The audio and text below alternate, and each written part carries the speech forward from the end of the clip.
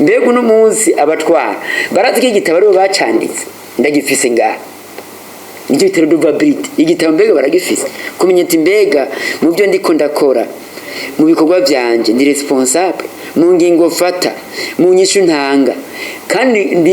mfise inshingano yo gutanga raporo ku batoye imigambi ko najya mu 2027 twashikiye umukuru w'igihugu ahari mu yandi majambo no munsi mwarabyumvise mwese abasubije amahera bagaca bataha sigurira umuntu yivye amafaranga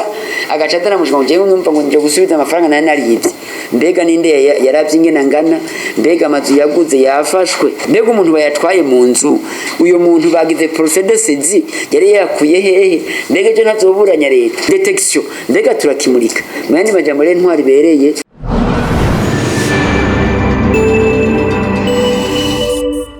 muri kino kiganiro cyatunganije n'ishirahamwe Oricom intwari bereye amaraporo atandukanye y'amashirahamwe atandukanye yerekana ko Uburundi buri mu bihugu vya mbere bikenye ivy'ubutunzi ntivyifashe neza cyane kubera iki gukorera ku mugaragaro ni kibazo gusesagura amatungo ya leta birakogwa mbenene n'ibindi byinshi hariho kutumviriza abatwagwa biraba kwitiranya amatungo y'umuntu ukayitiranya n'ay'igihugu ukayitiranya n'ayiwawe hariho abatwara bitiranya ivyo bintu hariho ibibazo by'ibiturire ujejwe ibintu akavyita ivyiwe siko bigenda ivyo rero ni bibazo bikunda gushika nivyegeranyo dusanzwe tumaze igihe tubona tushimye kugaruka ko muri kino kiganiro nk'ubu ndavuga nk'icegeranyo gitangwa na Transparency International cyo mu 2023 kirerekana ko Uburundi buri mu bihugu 10 vya mbere birangwamwo igiturire bagaca bavuga bati mu bijanye no gukorera ku mugaragaro Uburundi bufise amanota ari kuri 14 kwijana ivyo guha ikibanza ivyumviro by'abanyagihugu nkuko wari wagiye urabishikiriza babishira ku rugero rw'ubusa kwijana igice umva ntikikiri n'igice n'ubusa kwijana ego hama baravuga muri FMI kigega c'isi baratubwira yuko Uburundi bushigwa ku kibanza ca nyuma Uburundi bavuga ko ari igihugu ca nyuma gikenye baratwereka nk'ubungene ubukene buja ku rugero rw'ibice 75 kwijana mu gihugu c'u Burundi bavuga ngene ubushomeri kugwaruka buri ku bice birenga 60 kwijana mu bisagara cyane cyane bakerekana n'ingene amafaranga agenda rata agaciro kugera ku bice 40 kwijana n'ibindi byinshi bigenda birerekanwa muri ivyo vyegeranyo ngira ari navyo duhava kuza turagaruka ko hamwe n'aba bahinga turi kumwe ibibazo tuza kugera guca hirya no hino ni ibi bikurikira intwaro ibereye umuntu yotahura iki irangwa n'ibiki byifashe gute ibintu umuntu yo kwishimira byo mbega nibihe intambamye nizihe n'inyishu turaza kurabira hamwe inyishu na ikibazo ca mbere twagira tukirabishe ku muhinga Furera Symforie nibagirikwa twavuze yuko yanonosoye ibijanye n'intwaro ibereye twashaka Furera utubwire neza na neza umuntu avuze intwaro ibereye umuntu yotahuriye ubwa mbere na mbere intwaro ibereye yubakiye kuri demokrasi intwaro rusange kugira ngo ntihagire umuntu yihagira ubutegetsi bwa politike cyangwa ubutegetsi bw'ubutunzi akaba bikagira inzira bifata kuko iyo atantwara ibereye ihari byose bica aho byishakiye mbere bigashobora guca no mu kinywabi Transparency International raporo yo muri 2023 ariko hari yindi yasohotse ejo ejo ngira haciye nk'amasaha 20 nangahe musi nturahera yavuze yuko Uburundi ubu noneho dufise twabandanye tugumya ca kibanza dufise umwaka weze ikibanza ca amanota 17 kwijana kwa dufise muri 2024 na 2025 niyo tugifise hamwe baravuga yuko ahantu hari ibintu by'ibiturire ndabita ibore aho hantu ikiharanga nukubura demokrasi ibihugu byose bifise demokrasi ihuha intwaro rusangi ihuha ni naho usanga ibintu vyibore mwumve ibore yuko ari giturire cyakuvuga usanga ivyo rero bikaba biri mu Burundi ngira ngo igihugu cyanyuma bavuze uyu munsi ni Sudan niyo yanyuma ariko nakwebwe turi muri ivyo 10 ngira ngo 10 vya nyuma muntuze mu ibore ndagite gutyo ariko birangwa na demokrasi nke rero ahantu intwari bereye ikintu kiranga ubwa mbere ntuze governance bonne governance ikintu kiranga n'ubwa mbere na mbere intwari bereye ni demokrasi intwari bereye ubwa mbere hambavu y'ivyo Frere yavuze intwari bereye ni uburongozi butajegajega tuvuze uburongozi butajegajega ni uburongozi buri redevable buzi inshingano bwahawe kandi bukamenya ko butegerezwa kwishura gutanga nka raporo y'ababutumye ikindi giranga intwaro ibereye ni gukorera mu muco ariko kandi hakamwe n'ibyo kugwanya ubuturi muri rusange rero intwaro ibereye ni inyungu za politike burya intwaro ibereye itenda gutanga inyungu za politike hari abantu rero benshi bumvise inyungu za politike uzamba nk'abasenga mutwe ngo ntiturimwe ngo ntibituraba ariko inyungu za politike niyo intwaro ibereye kandi nta numwe akwiye kubasinda bibazwa mu kwishuza intwaro ibereye kuko ni n'urugamba naha turi ngaha turiko turishuza iyo ntwaro ibereye ni urugamba rubandanya twibutsa ko uburongozi buteza kuba uburongozi bugira gute butajegajega muri rusange rero intwari ibereye ni ubuzima kandi ni iterambere ry'igihugu kuko ahantu hose ari intwaro ibereye yashinze imizi yaca harangwa nuko indongozi ziteza imbere igihugu kandi bukaba ubuzima bw'ikibwanyagihugu ico gihe haca byo bita redevabilité hakaba transparence gukorera mu muco kugwanya igiturire wogiza mu bya mbere kuko n'ahantu hari intwari ibereye harangwa igiturire abuko niserukira Transparency International mu Burundi ifite titre section nationale kuvuga yuko ivyo tuvuze cyangwa ivyo dukoreye ko vyemerwa ku isi mu ma section agize Transparency International mu Burundi rero abuko ni section nationale ya Transparency International hariho amapariye hariho haraba groupe de contact atarakwemera neza haraho section information atarakwemera neza hamukaba section full rero twebwe turi section full depuis 2014 kuri iki kibazo rero mumbajije muti intwari ibereye ni iki intwari ibereye ciswe gutyo nyene novuga ko ari inyishu y'ibintu byinshi biba byakoretse kuko intwari ibereye novuga mu France ni résultat mais de tout un processus ni inyishu y'ibintu byinshi biba byakoretse mu gihugu kuko bagenzanje babivuze intwari ibereye ikintu ca mbere kiranga nuko umunyagihugu agira uruhara ruboneka mu itunganywa ry'igihugu hari ikindi cya kabiri akaronka uburenganzira bwo kumenya ivy'igihugu ngende bitunganijwe akagira uburenganzira muri ico gihe kubaza kandi akaronka inyishu mu gihe hari icabona kidatomoye ikindi ni nuko agira uburenganzira bwo kwishana no kwizana akadandaza agira imyuga cyangwa akora ikindi nyamukuru rero nuko abajeje gutunganiza abanyagihugu ku ku nzego zose cya kintu bavuze ca redevabilité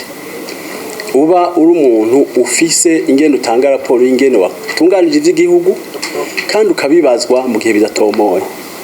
no vyoba vyinshi rero umuntu ariko avuga intwari ibereye ni novuga nti ni inyishu intwari ibereye n'inyishu mu itunganywa ry'ivy'ubuzima bw'igihugu bwose ku nzego zose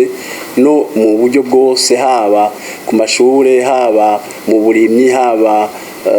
kwivuza haba mu butungane n'ibintu vyinshi intwari ibereye n'inyishu y'ibintu vyose bitunganijwe neza mu gihugu mu gihe bitunganijwe neza iyi raporo yasohotse ejo yari imaze iminsi iri sous embargo twari tuyifise mugabo bavuga ati ntimuyivuga turabarekura ni raporo yitwa mu gifaransa indice de perception de la corruption no kuvuga ni nk'ibiharuro vyerekana uko abantu mu gihugu icyo ari cyo cyose bibaza ku vy'ubiturire iyi indice rero ibiharuro vyasohotse iyi raporo yasohotse nivyo Uburundi bugira 167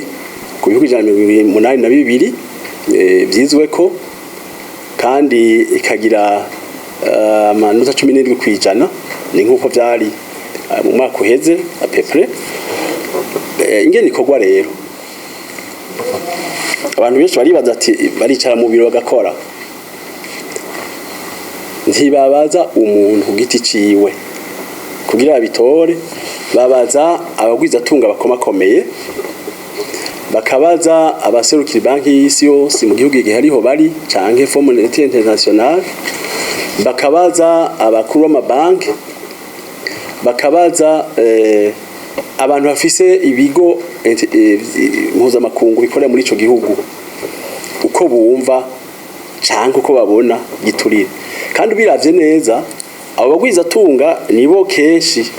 bashikirwa n'abagomba kugiturire ni bibiza kugira ingaruka ku bitunganyo vy'igihugu nico gituma rero bavuga bati abakunda kuvuga bati ivyo biharuro ntivyemerwa naho bazi ko bibaraba no bati mbega baramenye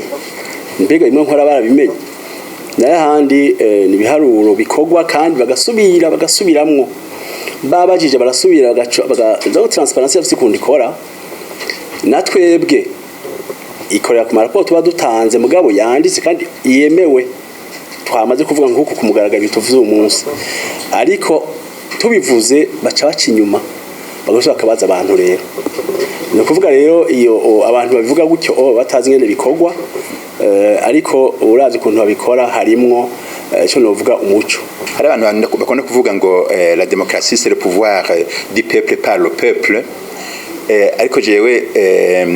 ukuntu nagenda vyiga canke ndavyigisha ngena fata distance kuri iyo définition nivyo bashaka c'est le pouvoir du peuple, c'est le peuple qui est élu et ceux qui sont élus viennent du peuple, ça va de soi. Ariko jewe nama mbona yuko demokrasi uyiravye neza ni intwaro dushikira turavye amateka tugenda turacamwa nta bantu na bamwe bigize batangura kuri demokrasi batangura ku ntwaro itwagwa n'umuntu umwe hanyuma bakagera ku ntwaro itwagwa n'abantu bake donc l'aristocratie ou la république hanyuma abantu bagatabaganura bakabona bagashobora kwitora bonyene abatwara urumva rero no yita c'est un régime auquel on arrive au fur et à mesure que le peuple devient clair est éduqué nico gituma rero je novuga turetse bijya navuze kare no kongera ko intwaro ibereye hariho ibintu biranga icambere jewe nobona n'imico myiza donc les valeurs morales parce que là où il n'y a pas de morale où il n'y a pas de culture d'éthique il ne peut pas y avoir de démocratie hari ibintu nagendera amaraporo nagendera notamment il y a stratégie nationale de lutte contre la pauvreté de lutte contre la corruption yabaye validé muri décembre ngira Gabriel Rochera arayizi nivyo ego nasanze hari mu objectif bagize iya mbere ni la culture d'ubuntu ngira ngo ntuze iyo culture d'ubuntu la culture d'intégrité les valeurs humaines les valeurs morales nivyo bigize demokarasi ko ahabuze ivyo bintu ahabuze imico myiza n'ibindi vyose bica biyangara tukavuga tuti hari icyo bavuga mu ntuze mu ngira ngo ni mazaburi sindayuka neza bavuga ati quand se ruiner les fondations que peut être le juste que peut faire le juste ngira ngo bitugarura kuri iyo mico myiza kuri izo valeurs morales kuri iyo culture d'éthique kuri iyo culture d'intégrité kuri culture y'ubuntu biteza kuranga abantu kuko ivyo bibuze n'ibindi vyose niyo demokrasi nuko kwishira ukizana niyo redevabilité niyo gukora mu muco ntibishoboka ibintu ngende ko baraba kandi buyuko icyo cyose ubwa mbere baraba yuko hari inzego nyezina zigwanya ibiturire hanyuma bakaraba yuko hari umuco mu bintu by'amasoko bakaraba yuko hariho umuco mu itunganya rya politike y'igihugu hanyuma hariho n'utundi twinshi baraba bagaheza bagatanga amanota kuri kimwe igihugu kiza kuba icambere isanga baronse amanota kuko bagaca babaza abantu rero kandi babaza hafi abangana mu bihugu byose bagaheza bagaca baharura amanota hanyuma bagatanga amanota aha iwacu rero turacari kure kuko hari ibintu byinshi bitaraje habona neza mbere ku byerekeye amasoko ingene amasoko atangwa nivyo hari ikigo kibijeje gukurikirana ingene amasoko atangwa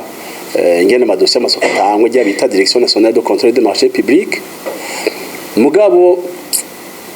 biracari ibintu dosiye ugenda ukayijana ukavugana n'umuntu akorayo akakurabira ahagenda uhindure gutya bikanashikaho ashobora kuvuga agakucapa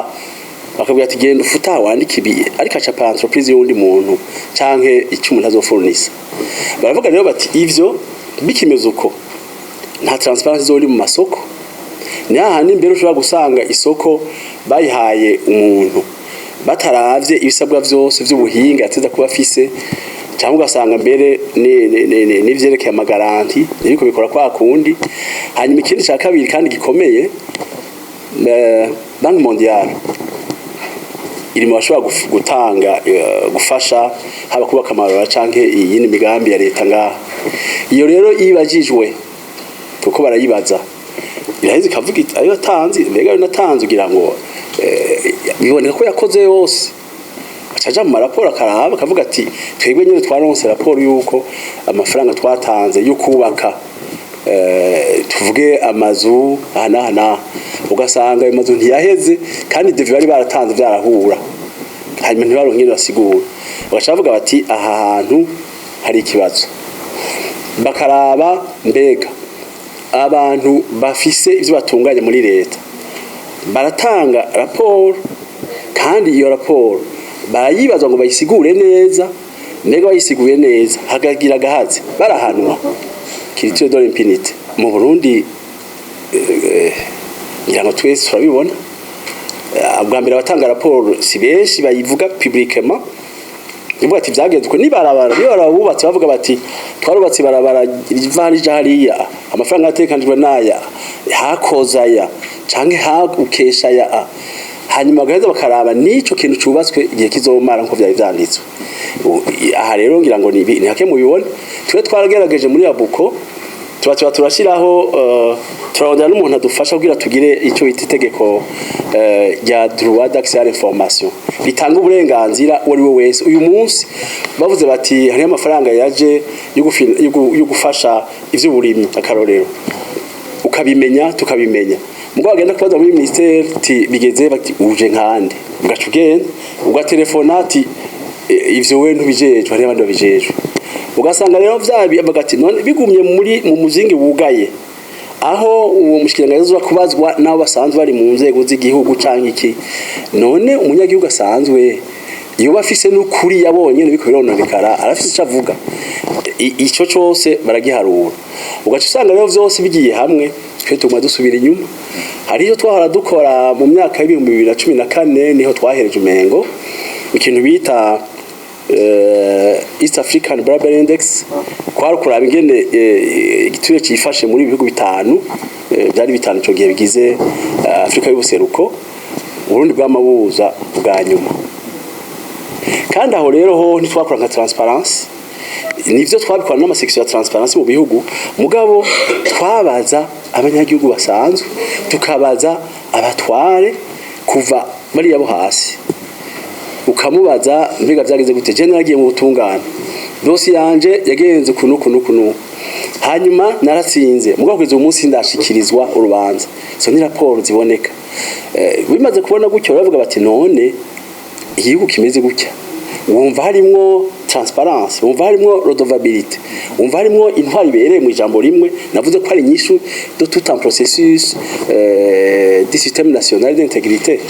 donc tusanga rero ahiwacu turacari kure cyane kuko ubuho no canana bivuga mbere nkuko tubona muri Abuko byo gwanye giturire uyu munsi kera wararonka naho ugenda naho uvuga uti ntibabikurikiza ukabidepose uti bimeze kunukunuku ahagena murabe uyu munsi ntibitomoye naho byo babitomoye ukavuga uti ngiye kubiha police ndabijanye inspection generale de l'État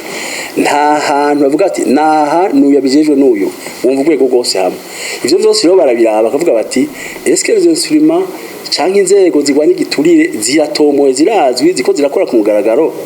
twe tuvuga yuko ari tuvuga ngo ni theory ngo twizere yuko iri kijya strategy yo kugwanya giturire nananose ibako kuba bagiye kugira debat kuri ico Gitega niyaja mu ngiro twizere ko bizogisha bishikako aho tugeze valere y'ubuntu nta na valere gifise kuko yaramaze guhonyangwa jewe umunyepolitike aho tugeze kugira ngo intwaro ibereye ishinga imizi iki cyaro redevabilité twogishira imbere kuko valere y'ubuntu no munsi naho yigira usanga wisigaye uri wenyene abandi bari mu bindi bintu ariko niburi hamaze kuba redevabilité igashinga imizi kuko redevabilité dufatiye ingene iri défini baravuga ko c'est le fait d'être responsable de ses actions umuntu akaba responsable mu bikorwa byiwe gushikana inshingano yawe ni kuba responsable mu bikorwa byawe mu ngingo ufata no mu nyishu utangwa kandi ukumva ko ufise inshingano yo gutanga raporo kwa gutumye tuvuze raporo kwa gutumye ni kuba chef bawe ni kubene gihugu nabo bantu bose bafise iki uruhara mu miseze mwarumvize mukuru yubavuga ati abantu baje hanze bagiye hanze ntibagera muri zana baje kwijyamira kandi baserukiye igihugu bagasha bazagaruka ngango tuvuye muri mission bavuye kwisumira kandi bagiye kugira gute mani majambo ntibabaye iki redevable twe tuje amatora tugatanga programme politique mbega programme politique turayikurikiza ahantu guhakariro gatoya naje mbere ndakitwaje nk'ubu ndaguhakarire agatabo mfise ugasomye kanditse programme politique du parti CNDD-FDD 2020 none umurundi wese arabitse akanakariro gatoya namweje makuru mibone iyo bitero redevabilité mbega uno munsi abatwara baraziki igitabo aribo bacanditse ndagifise ngaha nicyo bitero redevabilité igitabo mbega baragifise kumenya ati mbega mu byo ndiko ndakora mu bikorwa byanje ndi responsable mu ngingo fata mu nyishu ntanga kandi mfise inshingano yo gutanga raporo ku batoye imigambi ko najya mu 2027 twashikiye umukuru w'igihugu ahari mu yandi majambo redevable n'imbere y'uwanje ahagatabara gasoma nibyo rero bita redevabilité ko ruvuze valeur ubuntu ni nk'ibazavanga no munsi ngo patriote ngujya ngo ntakunda igihugu ibintu byose bidafise indicateur bidafise ingene babipima ubu no munsi aho tugeze mu gihugu muri boni biragoye reka dufatire rero ko ibintu bita redevability amenya ati ndi responsable mu bikorwa mbega ndatanga inyishu aha rero tuvuze redevability bica bijyana n'iki objectif zizwi mbega mu bushikiranganje mbega amamenyesha makuru iradiyo y'iwacu ifise intumbero nyabaki hama ibyo bita ibikorwa n'ubijeje role et responsabilité définie ninda jejwe iki ikintu gikomeye mechanisme ya suivi evaluation gukurikirana ibikorwa no kumenya aho bigeze no munsi rero turafise ikibazo cyuko ibintu bitangura nkuko Noel yabivuze ntibihere ugacubaza none bibazwa nde rero ko ntwaro ibereye byogorana cyane ndifate ko ibintu avuze mbego no munsi mu byabona mbego no munsi ibikorwa bimeze gute inyishu zitangwa gute byose abakigwa kumbure ko babikoze barakoze ikigwa je sinotanga amanota kuba ntarakora ikigwa ariko muri rusangi hari kibazo mu ntwaro ibereye mbego no munsi demokrasi yifashe gute nimba twaravuye mu ntwaro y'umugambo umwe twaba twarabonye ingaruka zabyo mbego no munsi byifashike iyo turavuga intwaro y'umugambo umwe bavyumve kuko nta urega uwundi burya n'ibintu byinshi bimenyekana niko tumwe tubivuga turi ku ruhande mwego muvuga ariko abari ndani ntashobora kurega uwundi ibintu birapfa tuvuze umugambo tuvuga inzego zifata ingingo mu zifata ingingo mbego no munsi muri amashinga amateka bimeze gute mu bashikiranganje bimeze gute mu amatari bimeze gute kushika ku mitumba bimeze gute aho rero agacagona kubera iki ya ntwari ibereye naho ikiza niyo bituma rero intwari ibereye yateze gutangwa n'ibi bita redevability hajyo bita gukorera mu muco tuvuze transparence mbega bisobanura iki benshi ntabyo bazi bivuze transparence byerekana c'est fait rendre information gutanga inkuru nziza kandi yumvikana ku bantu bose bagira gute babikeneye haca badare et permet de savoir comment pourquoi les décisions sont prises et comment les ressources sont utilisées aha rero ni inkora mutima mbega uburyo bwakoreshwe gute uno munsi tugeze kubaza ku buryo bwakoreshwe gute kumenya inkuru amenyesha makuru muri byabona muri ko mararondera inkuru mbega bigenda gute ubushikanje bwose burafise abavugizi mugabo ugiye kurondera umuvugizi ntugira gute nturonka inkuru gize gute ukeneye je tuma rero twe n'umunsi turabona ko intwari bereye ifise intambamye tategeza kugira gute gutwega umuntu yavuze byo kugwanya ibiturire nko kugwanya ibiturire birafise intambwe zitatu mbega izo ntambwe zitatu zimeze gute hari byo bita prevention gukinga detection ugira gute kubirondeza hakaba n'ibyo bita repression cyangwa amasanction mbego no munsi kumenyesha makuru uno munsi gukinga igiturire bimeze gute mbego no munsi kukirondeza kukimurika ni bande bariko baramurika kugira tumenye ko igiturire kiriko kiratangwa mbego no munsi guhana bimeze gute tuvuze guhana cyangwa repression haca haza cadre juridique solide mbego no munsi amateka gwanya igiturire ameze gute inzego zihari zimeze gute institution independante inzego zigenga mbega inzego zigenga no munsi zokurikirana igiturire nizahe twaramaze kumva ejo bundi umuhuza w'abarundi avuga ko nawe nyene hari ingingo afata akabona ko zomugirira ingaruka mbi ca wiyumvira hama sanction effective uno munsi ni bande bahana hama application de la loi kitable amategeko gukurikizwa uno munsi mwarabyumvise mwese abasubije amahera bagaca bataha sigurira umuntu yivye amafaranga agaca adana mushaka nje numva ngo nje gusubiza amafaranga nari nariyivye mbega ninde yaravye ingena ngana mbega amazu yaguze yafashwe mbega umuntu bayatwaye mu nzu uyo muntu bagize procédure saisie yari yakuye hehe mbega je nazoburanya leta detection mbega turakimurika mwandi majambo rero ntwari bereye irakeneye ama instrument menshi ategeza kuja hamwe mugabo yose agahuriza kuri yana ati ni ubuzima bw'igihugu kandi n'iterambere ry'iki ry'igihugu